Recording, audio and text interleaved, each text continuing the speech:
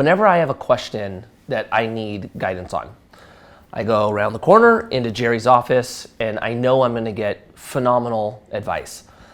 And every once in a while I'll ask him something and he'll say, I'm not hearing anyone talk about this.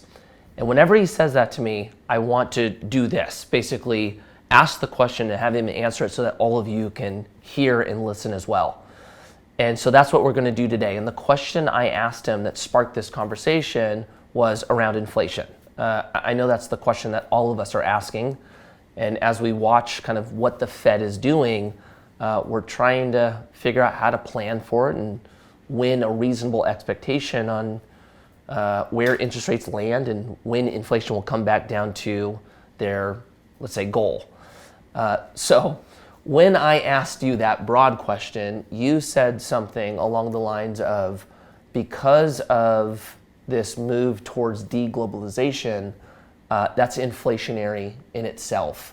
And it seems like Congress also is at odds with the Fed, and I'm not sure where or when interest rates will do the job of bringing inflation down to that point. Can you go over that idea and explain to everyone else what you're thinking? Sure, I'll try to. So, so the issues that we talked about were how, like you said, deglobalization and the sort of disparity or the differences in Fed versus monetary policy, Fed monetary policy versus fiscal policy coming from Congress. So we'll hit the fiscal policy first because that's in the headlines right now. You've got Congress trying to push through a spending bill for next year at the moment, and they're putting in some good stuff, some just general spending packages. And generally, when Congress is spending, that of course is relatively inflationary. So at the same time as you have the Fed trying to push interest rates higher to try and bring inflation down, you've got Congress doing the opposite. And I think I mentioned when we look back at like 2008, you had sort of the opposite thing happening where we were trying to get inflation up. We were combating deflation, and so the Fed started printing money. And of course, at that time, a lot of people were concerned, the Fed's increasing the money supply, that's inflationary. But at the same time, you had a Congress, that was during the Tea Party movement and all of that, that was working on cutting back spending at a time when the economy needed stimulus. And so monetary policy was not effective enough at getting things going again because of that Congress and the Fed kind of being at odds in terms of their policy goals.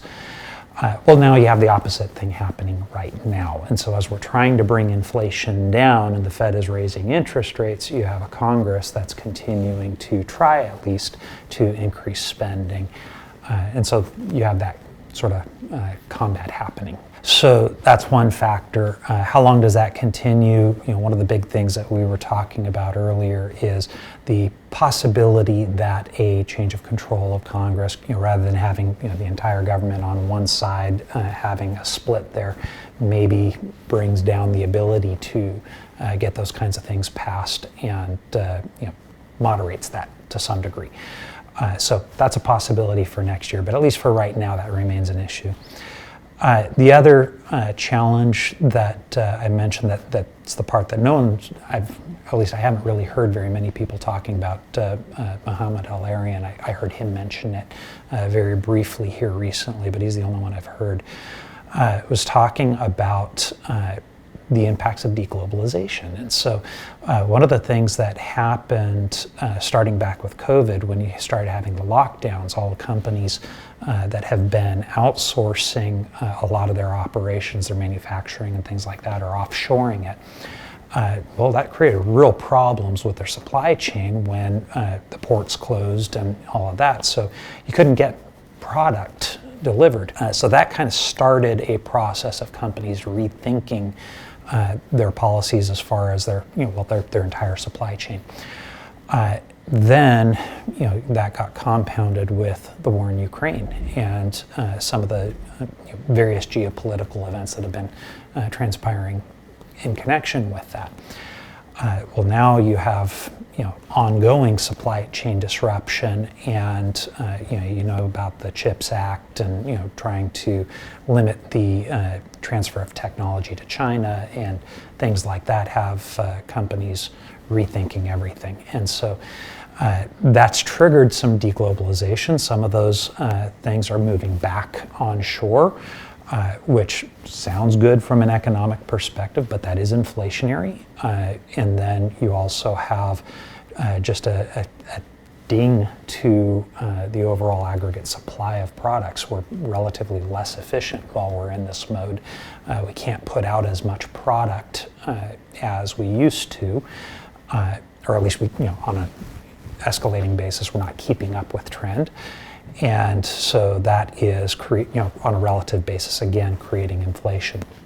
So that all kind of compounds on top of what we talked about before, back when inflation started to tick up, and there was the conversation: is it all COVID related? Is it transitory, or is it going to be longer term? We talked about how the Fed's projections about it being relatively short-lived were probably accurate, but there were some things happening at that time that we talked about might make it a little bit more sticky. Things like the lack of available labor, and how that was pushing minimum wages higher, both on a regulatory standpoint, the laws that governments were trying to pass as far as increases in minimum wages, as well as just the reality that lack of available labor means prices go up. And so labor is a major input to all of our cost structures on pretty much anything we do, whether it's service-based or manufacturing. And so cost of labor rises, well, price level is going to have to rise with it.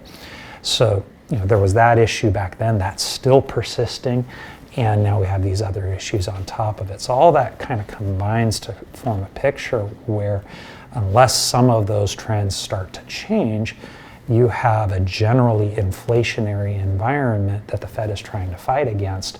And whether that's going to work or not, how high do interest rates have to go, is the big thing that nobody's really talking about. You have the Federal Reserve and sort of the general market pricing consensus looks at, we probably have interest rates rising to somewhere in the ballpark of 5%, short-term interest rates, and then starting to go into decline come into 2024 and beyond as the Fed gets the inflation back down to its 2% target. Whether that happens or not is largely dependent on some of these other things. So if these trends continue, if companies are continuing the onshoring, labor prices continue to rise, you have a Congress that's continuing to be relatively pressured to spend as opposed to tightening the belt. All those things may prevent inflation from coming back down in a meaningful way. So that's a risk. So when you see interest rates, because they have started to come down a little bit. They have. Right? And we know that there's typically a lag on the moves that the Fed makes now and when we actually see the impact, right? How do you gauge what the true effect of what they're doing now is going to be, let's call it Q2, Q3? It's impossible? Good question. Yes and no. So we have economic models that try and predict that. And the Fed, of course, relies on that to say, okay, if we increase interest rates X, that'll have a Y impact on GDP and things like that. And of course, all of that is interrelated. So of course, they're modeling all of that, and whether those models adequately capture the scenario we're in. It's kind of like trying to forecast the weather a year from now. Good luck. Right. You can come up with a general estimate, but there's so many variables that play into it that, at best, those models are unreliable. So we can predict when it comes to something like interest rates, we can say pretty definitively an increase in interest rates is relatively, tightening and relatively brings down inflation. But if something else is pushing inflation higher, which one carries the day, we kind of have to wait and see.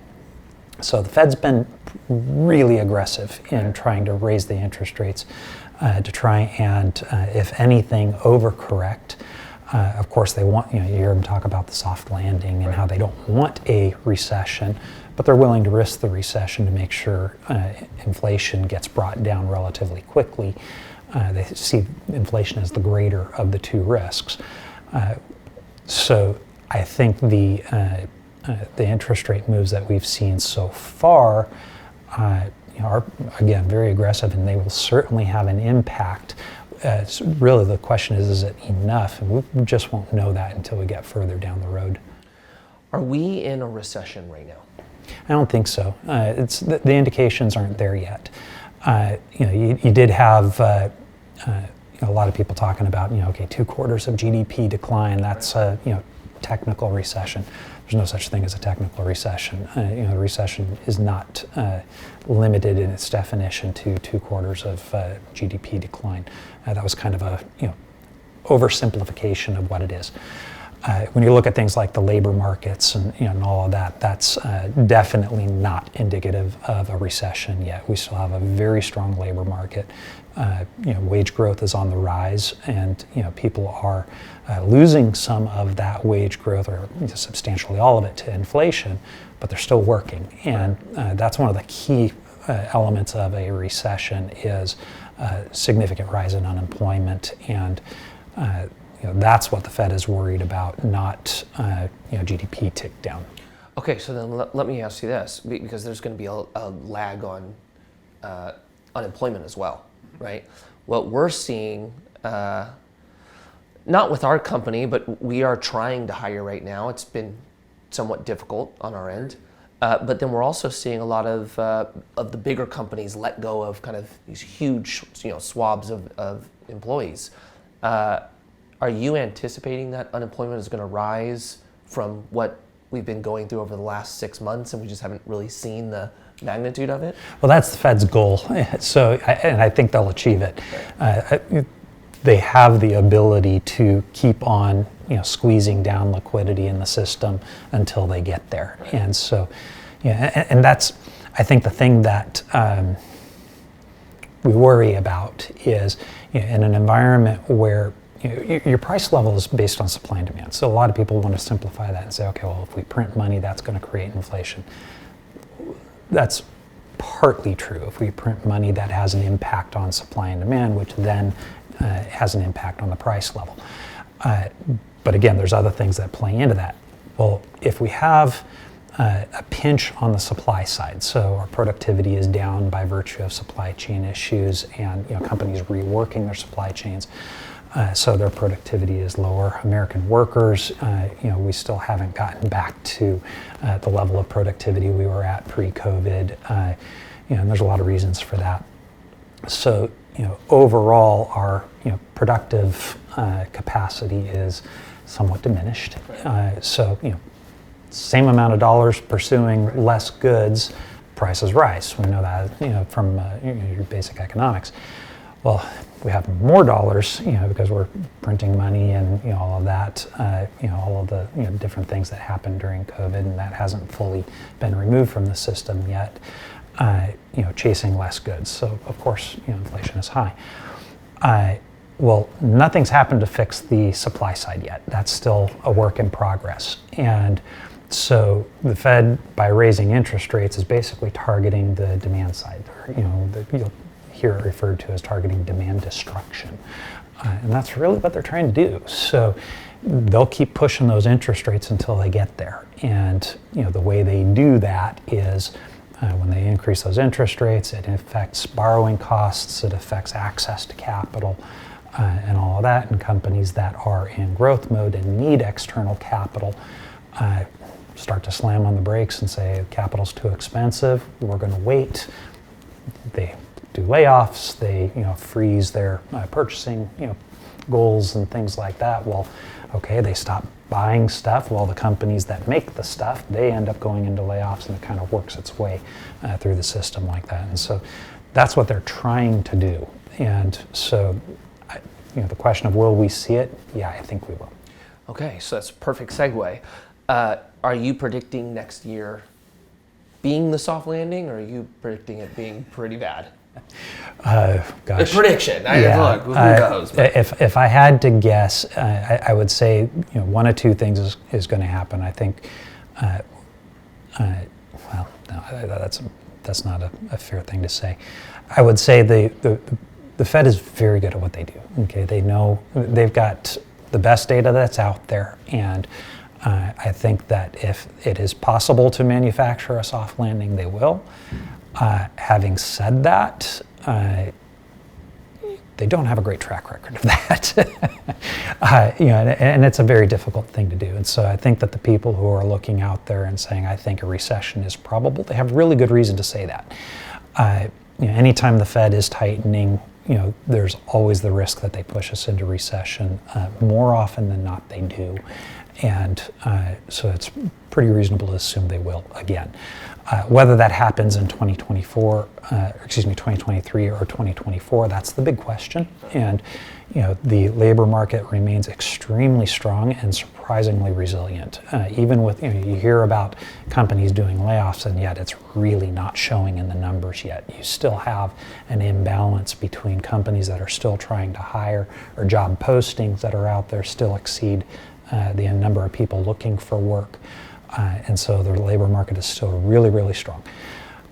As long as that persists, until we see that start to, tilt and, unemployment starting to rise, we're not approaching a recession yet. Right. So I think there's still room to go there. How much room is impossible to predict.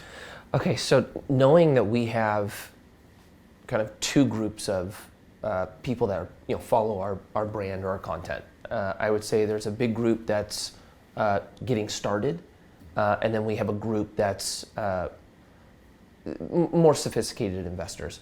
For the group that's just getting started, what type of recommendation or insight can you give them in this moment where we're talking about a potential recession ahead of us, of inflation and fear and balancing that with opportunity? How should they be looking at this moment?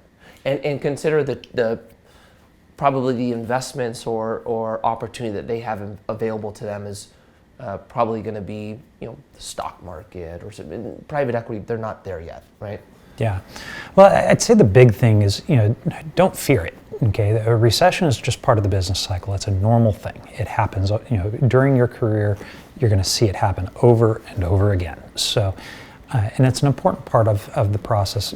So businesses get overly optimistic. They start overspending and all kinds of growth ambitions. They just start wasting money basically. And a recession is a time when they tighten the belt. Make sure that the things that they shouldn't be doing, they stop doing, and get refocused, and they come out of it. Good companies come out of a recession stronger, and our economy actually benefits from it. So it's an important part of the business cycle. We obviously don't want Great Depression type of recessions. We want to try and keep them relatively shallow, and we've managed to do that actually really well for a while now. But a recession itself is not something to fear. I would say the people who probably ought to be, not ought to be afraid, but I would say the ones that are looking at their accounts going, wow, this has dropped, and kind of the, wrestling with the emotions of, do I sell, do I sit on the sidelines, kind of more in that vein. Yeah, and that's where a good advisor can help out, because of course the decision of do I sell or do I not, there's a lot of factors that play into that. I would say generally for people who have the ability to take the risk and be a long-term investor, recessions are a great time to be a buyer, and a great time to be deploying assets. You heard people like Warren Buffett say, be greedy when others are fearful, right? That's so that's I think generally good advice. But circumstances are different for everyone, and you do need to weigh a lot of other factors. So do you have the ability to take on those kinds of risks, or should you be taking on those kinds of risks? Really depends on how stable is your income. What's your timeline? do you have enough runway to allow markets to kind of do their thing, and so on. So there's a lot of factors that play into that. But down market is not in and of itself a scary thing. For me, I look at that as an opportunity. Okay, so then moving to maybe more of let's go into specifically what we do. Let's talk about kind of real estate in this moment. And I know there's kind of two parts. There's the development side, or those that are buying either stabilized assets or kind of value add. How should they be looking at this moment? Because what we hear is there's two investors right now. There's pencils down, and they are waiting to see what this is going to be. And then there's investors, this is just another day, and they're levered up, and what is your view on that? And let's speak on both sides, if you're going to build or if you're going to buy existing product. So the answer to that is, real estate is at its core a very boring asset class. Okay, you see in the development world, and if you go on to some of the crowdfunding type websites, you'll see expected returns that are very optimistic and exciting. That's a function of leverage. Okay, the underlying assets themselves are much more bond-like. So you go out and you build an apartment building, or you buy an existing apartment building, you're going to expect here in LA roughly a 3.5% to 4% cash flow, and maybe a few percent a year of appreciation. That's not real exciting. Okay, maybe if you assume relatively optimistically as far as rent growth and price appreciation and stable cap rates, maybe on an unleveraged investment you make 8 or 9%. More likely you're down around 6%. So that's nothing to get excited about. It's also not very risky. You don't really lose money on an apartment building if you don't have any leverage, as long as you hold it. You're going, cap rates rise, well, so do your rents, and over time that offsets, and you end up making a very boring return for the life of the project. But then the financial engineers get in there and start throwing on debt, and sometimes layering it with mezzanine equity and all kinds of other things in the capital stack, and try and manufacture a very high exciting return. Well, all of those things stack risk on there, and so people think about development and real estate as a high risk activity. It's because with all of that debt on there, if anything goes wrong, it goes real wrong. And so you think about okay, if prices move by 5% next year, whether up or down, if you don't have any debt, that's not an exciting or terrifying thing. But 5% price move when you're 90% leverage translates into a 50% gain or loss. Well, that's something to be scared of. So it doesn't take a big move to lose all your money in a high leverage deal, which is what most developers do. And so right now, the pencils down guys are looking at that and saying, okay, this is not a time to be taking high risk, so we're just not going to do any deals. The gamblers are looking at it going, well, I don't think interest rates are going to be all that bad a few years from now, so we'll go ahead and leverage up and do the deal. There's a third option. Okay, that's instead of pencils down, you think about it as a risk off move. You just manage your leverage and say, all right, we're still an investor, we're still buying or owning real estate. We're just not going to have the high leverage and let it be the boring asset class that it is, and just make money over the next couple of years. By my view, I look at that and say that's probably the route that I prefer. And the main thing I'm looking at there is cost of construction. So long run prices tend to move relative to the cost of construction. So if you have we use the example, if you one of the projects we're looking at right now, it's $1 million land purchase and $13 million of construction cost to build a multifamily project, a small one. And even if the land cost goes to zero, okay, that $1 million is absolutely worthless a year from now. Well, what drives that is inflation. Well, inflation drives your cost of construction higher. Well, if it goes to zero, but our cost of construction goes up by 10%, we'd have been better off buying now and building, because it's going to cost us more to do it a year from now, Right. even with a zero land cost. So, that's what I look at. Right. Okay, so if you're not building, you're buying a stabilized asset. And do you think it's fair to say that people are just paying for the cash flow right now? They're just having to put way more down to... Yeah. Okay. Is that the call as well? That's a fair option. Personally, it just depends on kind of what you're looking for, whether you buy existing or build new. In a moment like this, I prefer to build. Coming out of this on the other side, I think that 2008 is informative. What happened back then, you had a sudden halt to new construction, same way that we're seeing right now. All the leveraged players are basically locked out of the markets. And so you still have household formation that's building up. People are still having babies. They're still wanting to get married and have kids and all of that stuff. They need a place to live, and we're not building anything new. We were undersupplied going into this. We're going to be even more undersupplied coming out of it.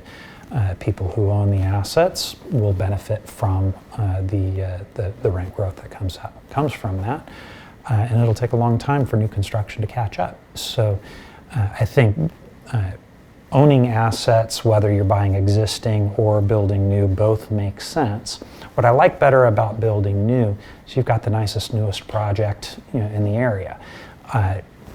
So your rent growth is going to be a little bit better than the other guys. And if you're doing that in a moment when no one else can build, that's a good place to be. All right, so let's end it on this, because everybody's talking about it. When I saw it last week, I told you I was, mind blown.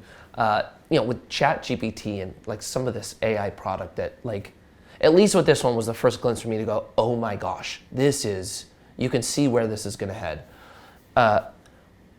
What does that impact look like for people, right? Like humans actually doing work. If we're really able to put tech in replacement of a big percentage of people across multiple categories, what does that do?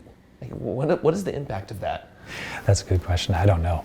And that's a subject of debate all over the place. What does that do to the value of human labor? You could argue either way. It enhances it. So one perspective on it would be, for somebody like me, I look at that and go, okay, well, I don't have to spend as much time doing research or gathering data. The data gathering part is potentially being automated. Now that allows me to do more of the higher level work of analyzing that data. Somebody's still, hopefully somebody is, before they just rely on something AI generated, they're going to spend some time and validate, the data that's being presented. So, all of that kind of stuff. There's still human work that ought to go into it. It's just there's going to be a shift to the nature of that work, kind of along the same lines as what robotics did to manufacturing. So there's still human involvement there. There's still a value to humans on the assembly line, but a whole lot of it gets replaced with robotics, and people end up doing more service-related work, more management-related work, more sales and marketing, all of those kinds of jobs. So jobs don't go away; they just change. That was kind of hopeful. I went into this thinking more doom and gloom, but I think that's great. If you guys enjoy these convos, let us know in the comments and ask questions if there's anything you guys want us to answer in the next ones. I have access to this guy every single day. So if you guys want to start getting access as well, maybe we'll make this a little bit more consistent. Thank you guys. Hope you guys have a great end of the new year. Happy holidays. We'll see you guys soon.